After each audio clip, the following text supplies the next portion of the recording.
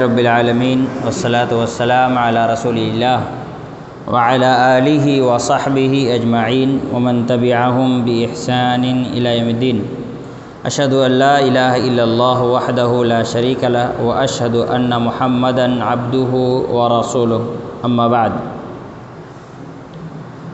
ہماری گفتگو چل رہی تھی توحید کی جانب دعوت دینے سے متعلق، لا الہ الا اللہ کی گواہی دینے کے لیے لوگوں کو کہنا، دعوت دینا توحید کی جانب۔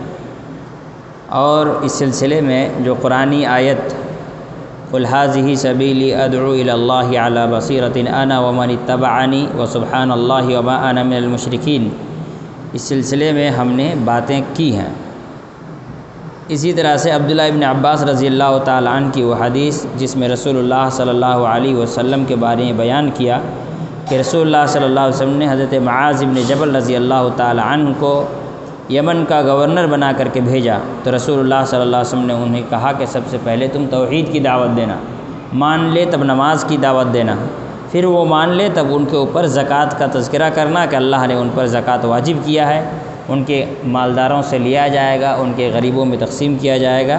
جب وہ تمہاری بات مان لیں تو کہا گیا کہ زکوٰۃ اصولتے وقت ان کے اچھے کوالٹی کے مال اصول کرنے سے پرہیز کرنا، مظلوم کی بد دعا سے بچو، کیونکہ مظلوم کی بد دعا اور اللہ کے درمیان کوئی آڑ نہیں ہے۔ اس حدیث پر بھی ہم تفصیلی گفتگو کر چکے ہیں۔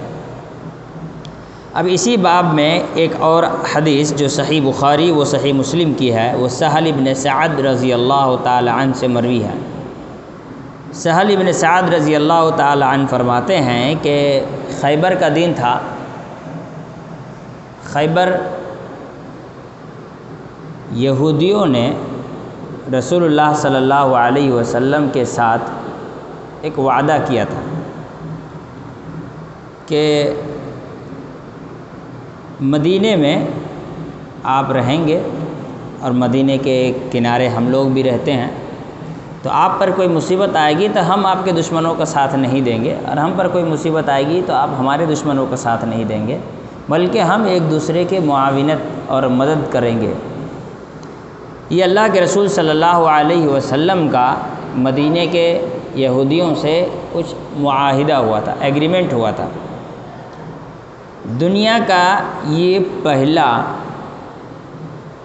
ایکسٹرنل افیئرس کا ڈاکومنٹ ہے۔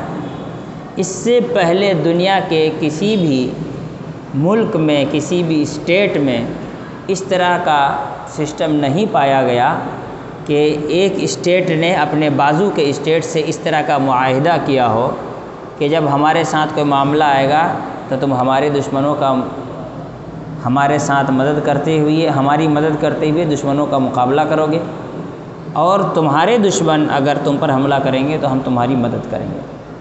اس سے کیا ہوتا ہے، آدمی اپنے پڑوسی ملک سے، پڑوسی اسٹیٹ سے جنگ جدال، لڑائی جھگڑے سے بے پرواہ ہو جاتا ہے، اور پھر اس کو ترقی کرنے کا موقع ملتا ہے۔ جو ملک اپنے سرحدوں کو لے کر پریشان ہو وہ ترقی نہیں کر سکتی ہے۔ اسی لیے آپ دیکھیں گے کہ دنیا میں وہ ملک جن کے پڑوس میں ایسے ممالک پائے جاتے ہیں جن سے ہمیشہ خطرہ لاحق ہو، تو اس ملک کو اپنا ایک بڑا رقم کیا ہوتا ہے، ڈیفنس میں خرچ کرنا پڑتا ہے۔ اس لیے ضروری یہ ہے کہ اپنے پڑوسی ممالک کے ساتھ اچھا رشتہ رکھا جائے، چاہے وہ غیر مسلم ملک ہی کیوں نہ ہو۔ چنانچہ اللہ کے رسول صلی اللہ علیہ وسلم نے مدینے کے ارد گرد بسنے والے سبھی قبیلوں کے ساتھ معاہدہ کیا تھا۔ یہ اللہ کے رسول صلی اللہ علیہ وسلم کی سیاسی بصیرت تھی، اور جب ان لوگوں نے معاہدہ توڑ دیا تو اللہ کے رسول صلی اللہ علیہ وسلم نے ان سے لڑائی کی۔ چنانچہ پہلے جا کر کے خیبر کو گھیر لیا گیا۔ بہت دن کیا کہتے ہیں کوششیں ہوتی رہی، کئی دنوں تک اختلاف ہوا، لڑائیاں ہوئی، لیکن کوئی حل نہیں نکلا۔ تو لاسٹ میں اللہ کے رسول صلی اللہ علیہ وسلم کہتے ہیں لَأُعْطِيَنَّ الرَّايَةَ غَدًا رَجُلًا يُحِبُّهُ اللَّهُ وَرَسُولُهُ يُحِبُّ اللَّهَ وَرَسُولَهُ وَيُحِبُّهُ اللَّهُ وَرَسُولُهُ۔ کہ اللہ کے رسول صلی اللہ علیہ وسلم فرماتے ہیں کہ کل میں ایک ایسے آدمی کو جھنڈا دوں گا، اور جھنڈا دینے کا مطلب کیا ہوتا ہے؟ کمانڈر بنانا۔ کیا بنانا؟ کمانڈر۔ جیسے جب لڑائی ہوتی ہے تو اس میں بہت سارے کیا ہوتے ہیں؟ ونگ بنایا جاتا ہے، چھوٹا چھوٹا ونگ بنایا جاتا ہے، الگ الگ گروپ بنائے جاتے ہیں، ٹکڑی ہوتی ہے، 10 آدمی 50 آدمی 100 آدمی کی ایک ٹکڑی ہوتی ہے، اس کا ایک کمانڈر ہوتا ہے جس کو ونگ کمانڈر کہا جاتا ہے۔ تو اللہ کے رسول صلی اللہ علیہ وسلم خود میدان میں موجود ہیں اور بہت سارے صحابہ اکرام موجود ہیں۔ تو اللہ کے رسول صلی اللہ علیہ وسلم نے فرمایا کہ کل میں ایک آدمی کو کمانڈر بناؤں گا جس کے ساتھ کچھ لوگ جائیں گے، آگے جا کر لڑائی لڑیں گے۔ اس آدمی کی صفت کیا ہوگی؟ کہا یحب اللہ و رسولہ، وہ آدمی اللہ سے اور اس کے رسول سے محبت کرتا ہے۔ وَيُحِبُّهُ اللَّهُ وَرَسُولُهُ، اور اللہ اور اس کے رسول بھی اس سے محبت کرتے ہیں۔ يَفْتَحُ اللَّهُ عَلَى يَدَيْهِ، اللہ رب العالمین ان کے ہاتھوں سے خیبر کو فتح کروائے گا۔ اللہ تعالیٰ ان کے ہاتھوں سے خیبر کو فتح کروائے گا۔ فَبَاتَ النَّاسُ يَدُوقُونَ لَيْلَتَهُمْ أَيُّهُمْ يُعْطَاهَا، تو لوگ رات بھر اسی ٹینشن میں رہے کہ یہ جھنڈا کل کس کو ملنے والا ہے، کیونکہ جس کو بھی جھنڈا ملے گا اس کے بارے میں 3 گواہی ہوگی۔ اللہ اور اس کے رسول سے وہ آدمی محبت کرتا ہے، اس آدمی سے اللہ اور اس کے رسول محبت کرتے ہیں، اور وہ فاتح کہلائے گا، جیت حاصل کرنے والا کہلائے گا۔ کس کو؟ خیبر کو۔ چنانچہ اسی فکر میں سارے صحابہ اکرام رات گزار دیے۔ فلما اصبحوا، لیکن جب صبح ہوئی، غدوا علی رسول اللہ صلی اللہ علیہ وسلم، لوگ اللہ کے رسول صلی اللہ علیہ وسلم کے پاس آئے، جمع ہوئے صبح کے وقت۔ کلہم یرجو ان یعطاها، ان میں سے ہر ایک یہ چاہتا تھا کہ یہ جھنڈا اس کو دے دیا جائے۔ کیوں چاہتا تھا؟ کہ ہر ایک کو اللہ سے محبت تھی، ہے نا؟ جس کو اللہ سے محبت نہ ہو وہ سے اکا سوچے گا مجھے تھوڑی ملے گا، لیکن ہر ایک صحابی اللہ سے اس کے رسول سے محبت کے معاملے میں سچا تھا، اس لیے ان میں سے ہر ایک یہ خواہش رکھتا تھا کہ اس کو یہ جھنڈا ملے۔ فقال این علی بن ابی طالب، تو اللہ کے رسول صلی اللہ علیہ وسلم نے فرمایا کہ علی بن ابی طالب کہاں ہیں؟ فقیلا، کہا گیا ہوا یشتکی عینیہ، کہ ان کے آنکھوں میں کچھ تکلیف ہے، ان کے آنکھوں میں کچھ شکایت ہے۔ اس کا مطلب کیا ہوا؟ ان کے آنکھوں میں کچھ تکلیف ہے۔ فارسلوا الیہ، تو رسول اللہ صلی اللہ علیہ وسلم نے ان کو بلا بھیجا۔ فاتی بہ، پھر ان کو لایا گیا۔ فبصق فی عینیہ ودعا لہ، تو اللہ کے رسول صلی اللہ علیہ وسلم نے ان کے لیے دعا کی، ان کے آنکھوں میں دم کیا۔ فبرأ کأن لم یکن فیہ وجع، وہ ٹھیک ہو گئے، اس تکلیف سے بری ہو گئے، ایسا جیسے کہ ان کو کوئی تکلیف ہی نہ ہو۔ فأعطاہ الرایہ، تو اللہ کے رسول صلی اللہ علیہ وسلم نے ان کو جھنڈا دے دیا۔ وأخبرہم، فقال، اور ان سے کہا، انفض علی رسلک، کہا تم جاؤ اپنے سیدھے راستے پر چلو، یعنی تم آگے بڑھو، ٹھیک ہے۔ حتی تنزل بساحتہم، یہاں تک کہ تم ان کے آنگن میں اتر جانا، ان کے میدان میں چلے آنا۔ ثم ادعوہم الی الاسلام، پھر ان کو تم اسلام کی طرف دعوت دو۔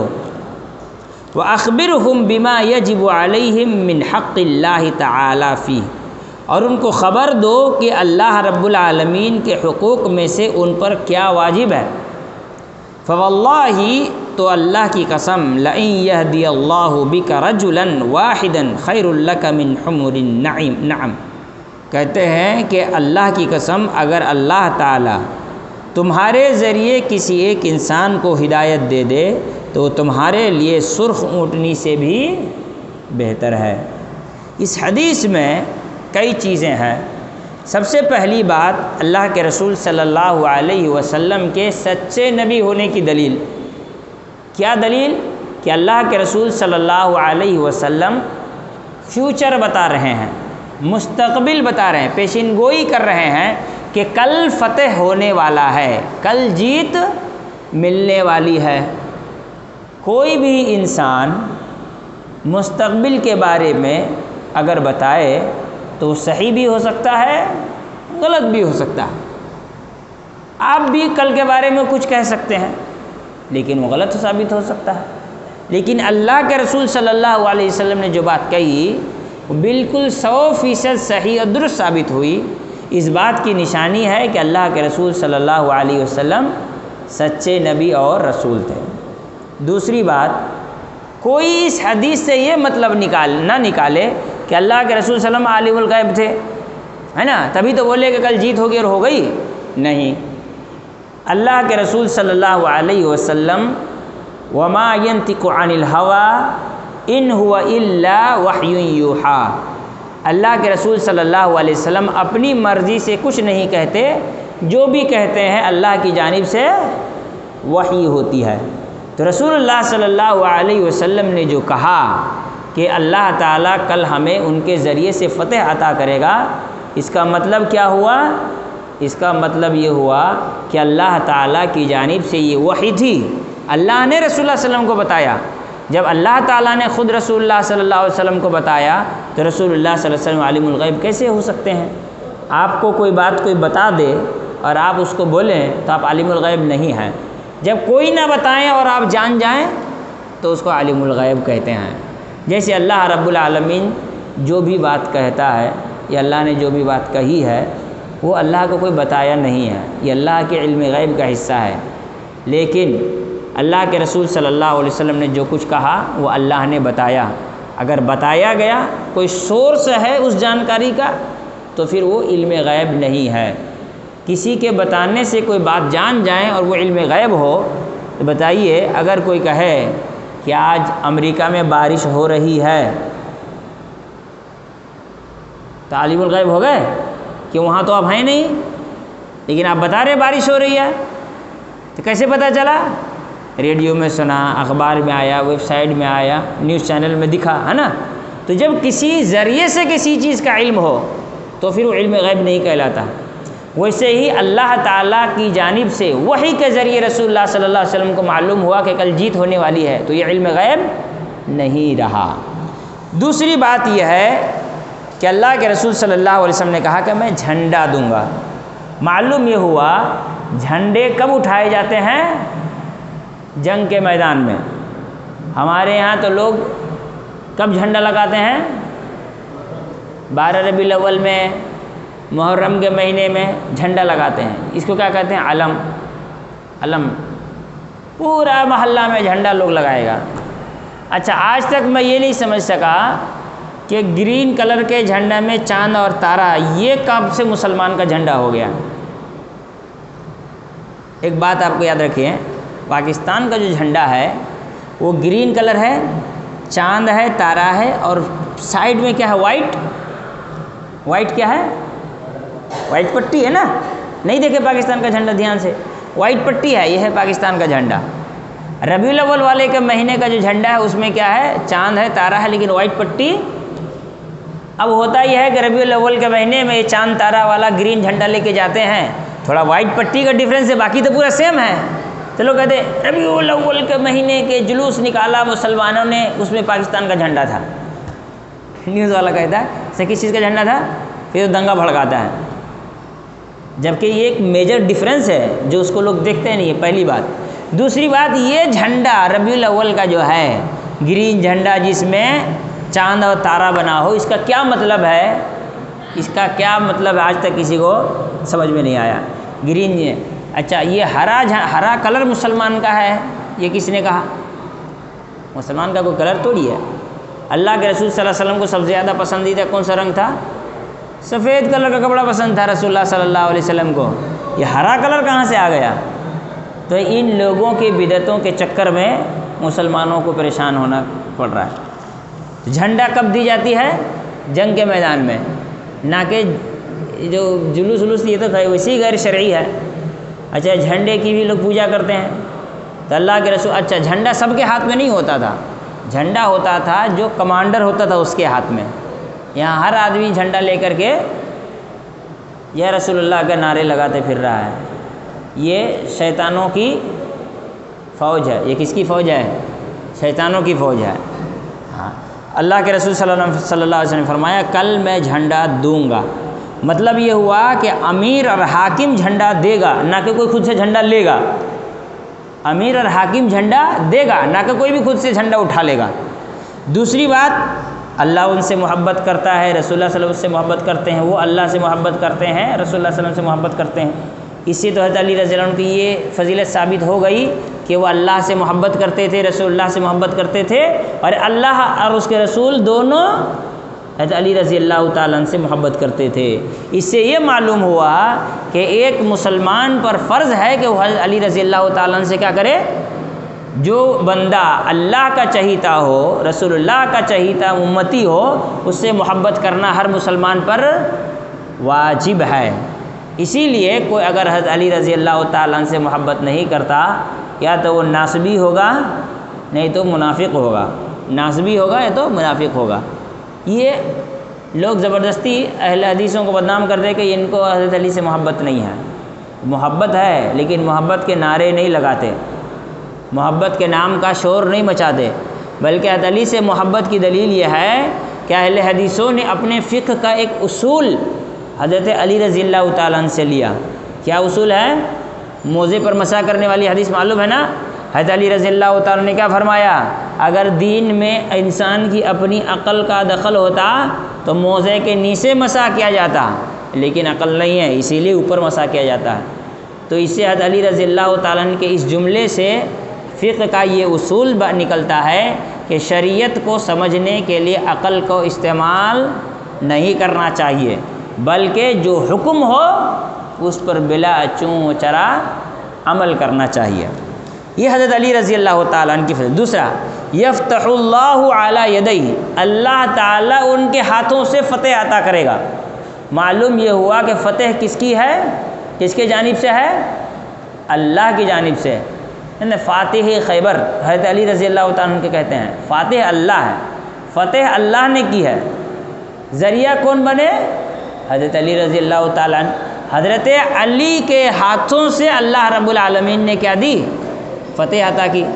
اس کا مطلب اس کو یوں سمجھیں، کوئی آدمی آپ کے وجہ سے اسلام قبول کرتا ہے، جنتی بنتا ہے اور جنت میں داخل ہوتا ہے، تو اس کا مطلب تھوڑی ہے کہ آپ نے اس کو جنتی بنایا، اللہ نے اس کو جنتی بنایا ہے، اللہ نے آپ کے ہاتھوں سے ہدایت دی، آپ کو ذریعہ بنایا اللہ تعالیٰ نے۔ ویسے ہی خیبر فتح ہوئی حضرت علی رضی اللہ تعالیٰ کے ہاتھوں، لیکن فتح کس کی وجہ سے ہوئی؟ اللہ تعالیٰ نے کرائی ہے فتح۔ لہذا یہ کہنا کہ حضرت علی نے فتح کی، جملہ صحیح درست نہیں ہے، بلکہ اللہ تعالیٰ نے حضرت علی رضی اللہ تعالیٰ عنہ کو یہ شرف، یہ عزت عطا کی کہ ان کے ہاتھوں سے اللہ رب العالمین نے خیبر کو فتح کروایا۔ یعنی مدد الہی کے بنا حضرت علی بھی خیبر فتح نہیں کر سکتے تھے۔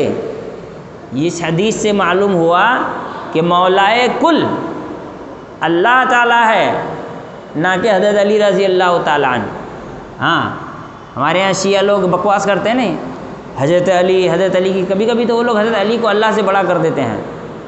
ہاں، ایک گھٹیا قسم کا شیعہ حضرت علی کو کیا کہتا ہے کہ حضرت علی اللہ کے بھی اللہ ہیں،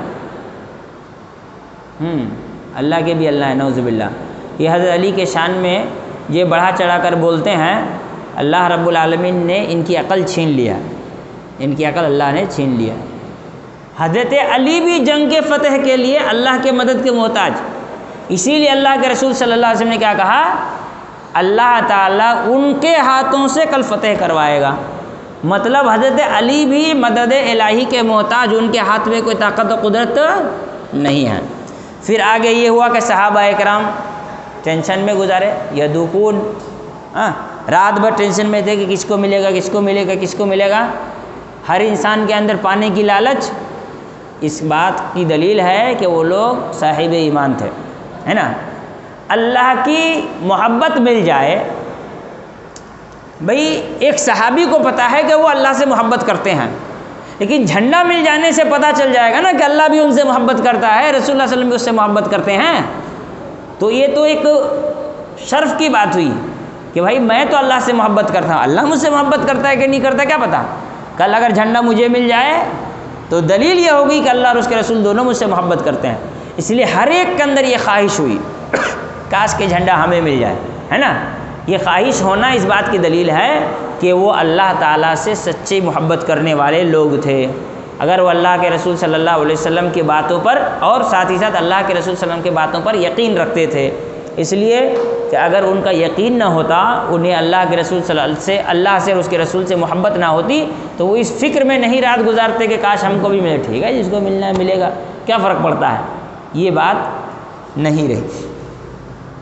پھر آگے یہ بتایا گیا کہ حضرت علی رضی اللہ تعالیٰ عنہ کو بلایا گیا، فقیلا، اچھا یہ بات بتا دیں، فتح خیبر یہ ایک ایسی کیا کہتے ہیں اعزاز ہے حضرت علی کے لیے جو تنہا حضرت علی رضی اللہ تعالیٰ عنہ کے شرف میں داخل ہے۔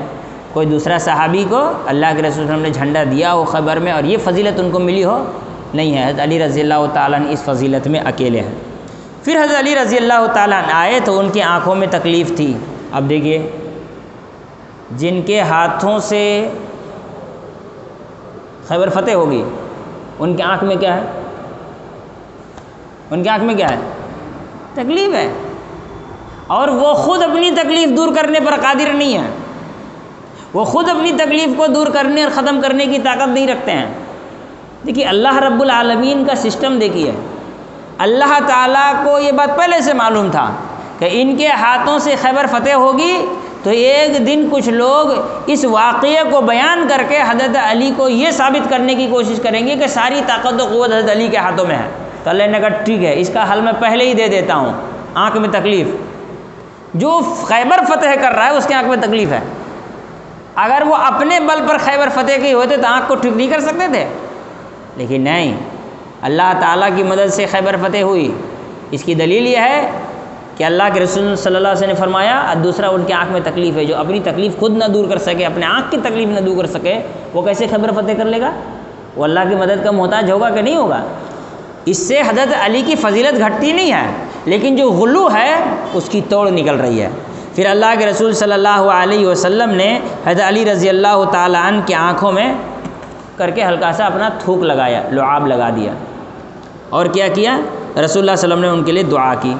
معلوم یہ ہوا کہ کسی پر دم کرنا انسان کے اوپر، ہے نا، یہ وہ دم نہیں کہ آدمی یہاں سے پائپ میں پھونک مارے، ادھر آدمی لے گئے ایسے کان میں بیٹھے رہے۔ اور بریلویوں کے بہت سارے مجلس میں کچھ دن پہلے میں دیکھ رہا تھا یوٹیوب میں، وہ مائک میں پھونک رہا ہے، پھو کر رہا ہے مائک میں، اور جتنے آدمی بیٹھے سب ایسے سر پکڑ کے بیٹھے تھے، جھوم رہے ہیں بیوقوف لوگ کی طرح، الو کی طرح سب جھوم رہے ہیں، اور وہ مائک میں پھونک رہا ہے۔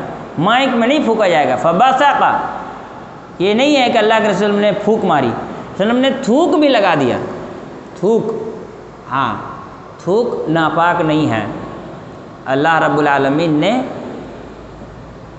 آنکھ کے لیے تھوک میں شفا رکھی ہے، اس لیے بہت سارے حکیم لوگ کہتے ہیں کسی کو آنکھ کا پرابلم ہو تو صبح صبح اٹھ کے اپنا لعاب آنکھ میں لگائے، لیکن ایسا انسان کو گھن آتا کہ آدمی لگاتا نہیں ہے، آدمی لگاتا نہیں ہے نا، دوا کھا لے گا لیکن لگائے گا کوئی نہیں، لیکن اس میں فائدہ ضرور ہے۔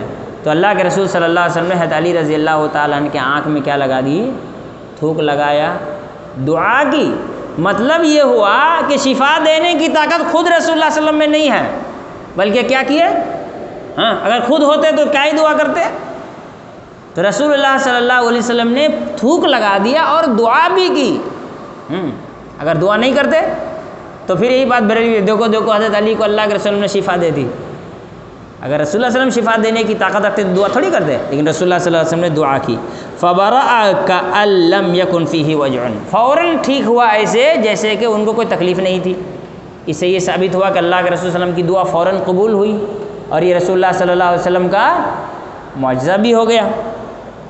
پھر اللہ کے رسول صلی اللہ علیہ وسلم نے ان کے ہاتھوں میں جھنڈا دیا اور کہا انفض علی رسلک، حتیٰ تنزل بساحتہم، جاؤ یہاں تک کہ تم دشمن کے سامنے پہنچ جاؤ، ان کے میدان میں اتر جاؤ، ان کے صحن میں اتر جاؤ۔ ثم ادعوہم الی الاسلام، پھر ان کو تم دعوت دو کس کی جانب؟ اتنے دن سے دعوت دے رہا، اب کیا دعوت دینا ہے؟ مار لڑائی شروع کر دو؟ نہیں، آخری وقت تک انسان کو دعوت و تبلیغ پر توجہ دینی چاہیے، ہے نا۔ آدمی کیا سوچے گا، کیا اتنا دن سے سمجھا اڑاؤ، اور کتنا سمجھائیں گے اس انسان کو؟ نہیں، آخری وقت تک انسان کو دعوت دینی ہے، اسلام کی طرف دعوت دینی ہے، اسلام کی تبلیغ کرنی ہے، اسلام سمجھانا ہے۔ اور اسلام کیا ہے؟ وَأَخْبِرْهُمْ بِمَا يَجِبُ عَلَيْهِمْ مِنْ حَقِّ اللَّهِ تَعَالَى فِيهِ، اور ان کو بتاؤ کہ اللہ تعالیٰ کے حقوق ان پر کیا کیا واجب ہیں۔ اس کا مطلب کیا ہوا؟ اسلام اللہ کے واجب کردہ حقوق کے بغیر، اس کی ادائیگی کے بغیر ناممکن ہے۔ آدمی صرف ہاں میں مسلمان ہو گیا، پھر اللہ کے جو حقوق ہیں، اللہ کی تعظیم کرنا، اللہ کی عبادت کرنا، اللہ کے ساتھ کسی کو شریک نہ کرنا، اللہ کو گالی نہ دینا، اللہ کے بارے میں بد زبانی نہ کرنا، ہے نا۔ محدثین نے یہ بات بیان کی نا، جو آدمی اللہ کو گالی دے وہ واجب القتل ہوتا ہے، واجب القتل ہے کوئی اگر اللہ کو گالی دیتا ہے۔ تو اللہ کی تعظیم کرنا، اس کے لیے غلط الفاظ اپنے زبان سے نہ ادا کرنا، اللہ رب العالمین کی بات آئے تو سر تسلیم خم کر دینا، اللہ رب العالمین پر صرف ایمان لانا کافی نہیں ہے، یہ ساری چیزیں اس میں داخل ہیں۔ اللہ سے محبت کرنا، اس کے حقوق کسی اور کو نہ دینا، اس کی عبادت کا پورا حق ادا کرنا، ہے نا، یہ اللہ کے حقوق ہیں ہم پر، ایک انسان پر۔ اس کی ادائیگی کے بغیر کوئی انسان صحیح معنوں میں مسلمان نہیں ہو سکتا۔ اللہ تعالیٰ کے بارے میں اپنے زبانوں کو ٹھیک رکھنا۔ جو آدمی حضرت علی کے شان میں اتنا آگے نکل جائے، وہ کہے کہ علی اللہ کا خالق ہے، علی اللہ کا رازق ہے، نعوذ باللہ، تو اللہ کے شان میں گستاخی کر رہا ہے، اور ایسا کہنے والا کافر ہے، اسلام سے خارج ہو جاتا ہے۔ اللہ تعالیٰ سے محبت، اللہ کی تعظیم، اللہ کا احترام، اللہ کے حقوق میں کسی دوسرے کو شریک نہ کرنا، یہ ساری کی ساری چیزیں ضروری ہیں۔ صرف میں مان لیا اللہ ایک ہے، بس بات ختم ہو گئی، پھر جو تو بولتے رہے، ہے نا۔ ہمارے یہاں بہت سارے لوگ بولتے چھوڑو بھائی اللہ رب العالمین تمہیں اجر دے گا۔ ہاں اللہ خالی اجر ہی دے گا، کچھ اور ہے؟ میرا تو مال ہڑپ کرتے رہے، بس میں اللہ سے اجر لیتا رہوں، یہ اللہ کے شان میں گستاخی ہے۔ اس طرح کی باتیں کرنا اللہ کے شان میں گستاخی ہے، نعوذ باللہ۔ کہنا چاہیے انسان کو اس طرح کے کلمات نہیں کہنے چاہیے، لیکن آدمی ہوتا ہے نا جوش میں آتا ہے، وہ چھوڑو تو اللہ رسول اللہ، جب تم مصیبت میں آؤ تو تم اللہ رسول اللہ بول کے آگے نکل جاؤ، یہ سب بات نہیں ہونی چاہیے۔ اسی لیے اللہ تعالیٰ کے حقوق میں اللہ کی تعظیم داخل ہے، اس طرح کے کلمات کا استعمال کرنا انسان کے لیے درست نہیں ہے۔ فواللہ، پھر آگے اللہ کے رسول صلی اللہ علیہ وسلم فرماتے ہیں اللہ کی قسم، اللہ کے رسول صلی اللہ علیہ وسلم قسم نہ کھائے تو کیا بات سچی نہیں ہوگی، قابل اعتماد نہیں ہوگا؟ ہم کو تو چھوڑیے صحابہ کو یقین نہیں ہوگا، پھر بھی اللہ کے رسول صلی اللہ علیہ وسلم قسم کھا رہے ہیں، اس کا مطلب اللہ کے رسول صلی اللہ علیہ وسلم جب کسی بات پر قسم کھائیں کا مطلب یہ ہے کہ ضرور اس بات پر ہر حال میں توجہ دی جائے، زیادہ توجہ کے لیے، تاکید کے لیے اللہ کے رسول صلی اللہ علیہ وسلم نے قسم کھائی اور کیا کہا؟ لَإِن يَهْدِيَ اللَّهُ بِكَ رَجُلًا وَاحِدًا، کہ اللہ تعالیٰ اگر تمہارے ذریعے کسی کو ہدایت دے، مطلب ہدایت دینے والی ذات کس کی ہے؟ ہدایت کا مالک کون ہے؟ ہاں، ہدایت اللہ دیتا ہے، انسان تھوڑی ہدایت دیتا ہے، انسان تو ذریعہ بنتا ہے۔ ہمارے یہاں لوگ انسان کو ہدایت کا ذریعہ سمجھ لیتے ہیں، ہے نا۔ انسان کو کیا سمجھتے ہیں؟ ایک بہت بڑے بزرگ تھے، نماز نہیں پڑھتے تھے، بزرگ پھر نماز نہیں پڑھتے تھے کیسے ہوا؟ قصہ سنیے، ایک بہت بڑے بزرگ تھے، نماز نہیں پڑھتے تھے، ان کو شکر کھانے کی بہت عادت تھی، یاد آیا کچھ؟ ہاں، فرید الدین گنج شکر، گنج شکر مطلب شکر کھانے والا، ان کو شکر بہت پسند تھا۔ تو ان کی امی بولی کہ نماز پڑھو بیٹا، کہا نماز پڑھنے سے کیا ملے گا؟ کہا شکر ملے گا۔ تو جب وہ نماز پڑھنے لگے تو ان کی امی کیا کرتی تھی؟ مصلی کے نیچے شکر رکھ دیتی تھی، اور وہ شکر، اس کا مطلب وہ اللہ کے لیے نہیں، شکر کے لیے نماز پڑھ رہے تھے۔ انما الاعمال بالنیات، نماز تو ویسے ریجیکٹ ہو گئی، یعنی یہ اپنے پیر کی تعریف کیا کہ برائی کی آج تک سمجھ میں نہیں آیا۔ تو پھر کیا ہوا؟ ایک دن ان کی امی شکر رکھنا بھول گئی، اللہ تعالیٰ سے دعا کرنے لگے کہ اللہ آج تو میری بے عزتی ہو جائے گی، یہ نماز پڑھنا چھوڑ دے گا۔ تو اس دن اتفاق سے غیب سے فرشتہ آ کے شکر رکھ کے چلا گیا، ان کا نام پڑا فرید الدین گنج شکر۔ اتنے دیندار متقی پرہیزگار ہوئے، جو ان کو دیکھتا تھا کلمہ پڑھ لیتا تھا، ہے نا۔ تو پھر ایک دن ایسا ہوا کہ ہندوؤں نے ان کے خلاف کورٹ میں کیس کر دیا. اب اس زمانے میں کورٹ تھا کہ نہیں تھا نہیں معلوم، لیکن بتایا یہ تو انگریز کے زمانے سے پہلے کا واقعہ ہے، تو کورٹ کہاں سے آیا؟ پہلے کورٹ ہوتا تھا نہیں. اچھا، جس زمانے میں فرید الدین گنج شکر پیدا ہوئے اس زمانے میں ہندوستان میں کن کی حکومت تھی؟ مغلوں کی نہیں تھی، اس سے پہلے لوگوں کی حکومت تھی، گوری لوگ کی حکومت تھی، مسلمانوں کی حکومت تھی. تو یہ کیس ہوا کہ اس کو جو دیکھتا ہے مسلمان ہو جاتا ہے. بھئی مسلمان کی عدالت میں یہ کیس کبھی آ سکتا ہے؟ نہیں. پھر بھی قصہ سنا، ایسے لگ رہا ہے کسی انگریز کی عدالت میں کیس ہوا ہوگا، ہے نا. لایا گیا، جج نے کہا مجرم کو حاضر کیا جائے. آرڈر، مجرم فرید الدین گنج شکر حاضر ہو. جیسے ہی وہ حاضر ہوا، وکیل نے بھی اور کیا کہتے ہیں جج نے بھی کلمہ پڑھ لیا. میں بولا جس نے کیس کیا اس نے کیوں نہیں پڑھا؟ جس نے کیس کیا تھا وہ تو دیکھا ہوگا نا کہیں نہیں، اس نے کیوں کلمہ نہیں پڑھا؟ یہ تو بزرگوں کے واقعات ہیں، حکایات، قصے کہانیاں ہیں. وہ پاکستان کے ایک مولانا تھے، پتہ نہیں ہیں کہ نہیں، مر گئے، قاری حنیف. ایسے منڈی ٹیڑھا کر رہتے ہیں، گا کے تقریر کرتے تھے ایک دم. ہاں، گاتے بہت تھے تقریر میں اپنے. تو تقریر کر رہے ہیں کہ ایک آدمی تھا بڑا نیک، جماعت میں نکلا تھا، تبلیغ کر کے متقی بن گیا تھا. تبلیغی جماعت میں جا کے کیا بن گیا تھا؟ متقی بن گیا تھا. پھر ایسا ہوا کہ اس کا بھائی جج تھا کورٹ میں، وہ نماز پڑھتا نہیں تھا. روز فجر میں اس کے پاس جاتا تھا، کہا بھائی نماز پڑھ لے. ایک دن اس کا بھائی غصے میں آیا، کہا ایک دن نماز پڑھوں گا، جتنی رکعت پڑھوانی ہو پڑھ لو. مطلب ایک قضائے عمری بھی ایسا نہیں ہوتا ہے. تو کہا ٹھیک ہے ایک ہی دن پڑھ، لیکن ایک کام کر، تو لاہور چلا جا، وہاں کے پیر صاحب سے ملاقات کر لے، اس کا تو نماز پڑھ لے. ٹھیک ہے. اس نے خط لکھا، پیر صاحب نظر کرم فرمائیے. کیا کریں کیجیے؟ پیر صاحب نظر کرم فرمائیے. اب یہ جج وہ پیر صاحب کو دیکھا اور پیر نے اس کو دیکھا، بس اس کا دل بدل گیا. پھر وہ سر کا کیپ اور گلے کا وہ پھانسی اور وہ سب اتار دیا اور وہ چلے میں نکل گیا. یعنی پیر صاحب دیکھے تو ہدایت مل جائے. ابھی اس جمعہ کو بتایا نا، خواجہ اجمیری سلام پھرتی ہے، السلام علیکم ورحمۃ اللہ، 1 لاکھ آدمی مسلمان، ادھر السلام علیکم ورحمۃ اللہ، 1 لاکھ آدمی مسلمان. تو پورے ہندوستان میں ان کو تو گھما کر نماز ہی پڑھانا چاہیے تھا پھر، ہے نا. تو ہدایت اللہ دیتا ہے، لوگوں نے ہدایت کس کے ہاتھ میں رکھ دیا؟ ہاں، ہمارے یہاں ایک چیز ہوتا ہے، فلاں صاحب اتنے بڑے عالم، ہے نا، کتنے سارے لوگ ہدایت پا گئے. تو اس میں ان کا کمال ہے؟ نہیں، اللہ کا. کسی انسان کے ذریعے اگر اللہ ہدایت دینا چاہے تو اس میں اللہ کا کمال، اس انسان کا کچھ نہیں ہے.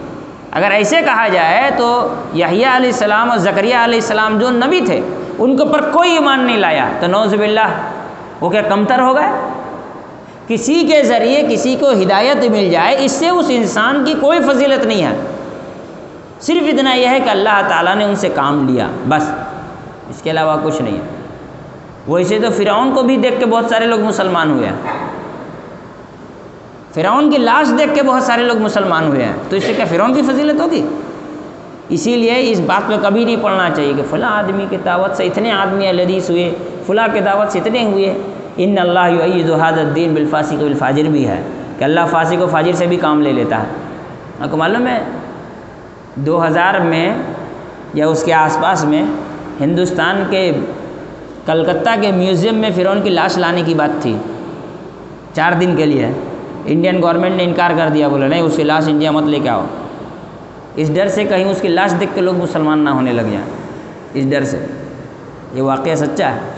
اب اس سے سمجھ لیجئے کہ اللہ تعالیٰ اگر تمہارے ذریعے کسی کو ہدایت دے دے، ہدایت کون دے گا؟ اللہ تعالیٰ. اس میں اس کی یہ فضیلت ہے کہ اللہ نے اس کو ذریعہ بنایا، بس، باقی اس کا کوئی کمال نہیں ہے. تو کبھی اس طرح کا نہیں ان کے ذریعے اتنے لوگ مسلمان ہوئے، ان کے ذریعے اتنے لوگ اہل حدیث ہوئے، اس میں ان کا کوئی کمال نہیں ہے. سارا کمال کس کے ہاتھ میں ہے؟ اللہ تعالیٰ کے ہاتھ میں ہے. التحیات للہ والصلوات والطیبات، جتنی بھی اچھی چیزیں، اچھے کلام، اچھی باتیں ہیں، وہ سب کس کے لیے ہیں؟ اللہ تعالیٰ کے لیے. بیدک الخیر، سارا خیر کس کے ہاتھ میں ہے؟ اللہ کے ہاتھ میں ہے. تو دنیا والے تو تقسیم کر ہی نہیں سکتے ہیں. لَن يَهْدِيَ اللَّهُ بِكَ رَجُلًا وَاحِدًا، اگر اللہ تعالیٰ تمہارے ذریعے کسی ایک آدمی کو بھی ہدایت دے دے، خَيْرٌ لَكَ مِنْ حُمُرِ النَّعَمِ، تو تمہارے لیے سرخ اونٹنیوں سے بھی بہتر ہے۔ اس زمانے میں سرخ اونٹنی یہ کیا ہوتا ہے؟ سب سے قیمتی اونٹ ہوا کرتا تھا۔ اس کا تذکرہ گاہے بگاہے حدیثوں میں آتے رہتا ہے کہ سرخ اونٹنی سے بہتر ایک مثال ہے، اس کا مطلب تمہارے لیے بہت ہی زیادہ فائدے کی چیز ہے، تمہارے لیے یہ فائدے کی چیز ہے، آخرت میں تم کو اس کا اجر و ثواب ملے گا۔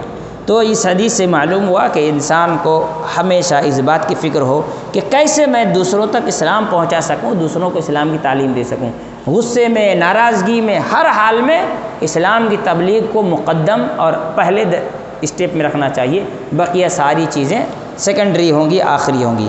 اللہ تعالیٰ سے دعا ہے اللہ تعالیٰ ہم تمام لوگوں کو سمجھ کی توفیق عطا فرمائے۔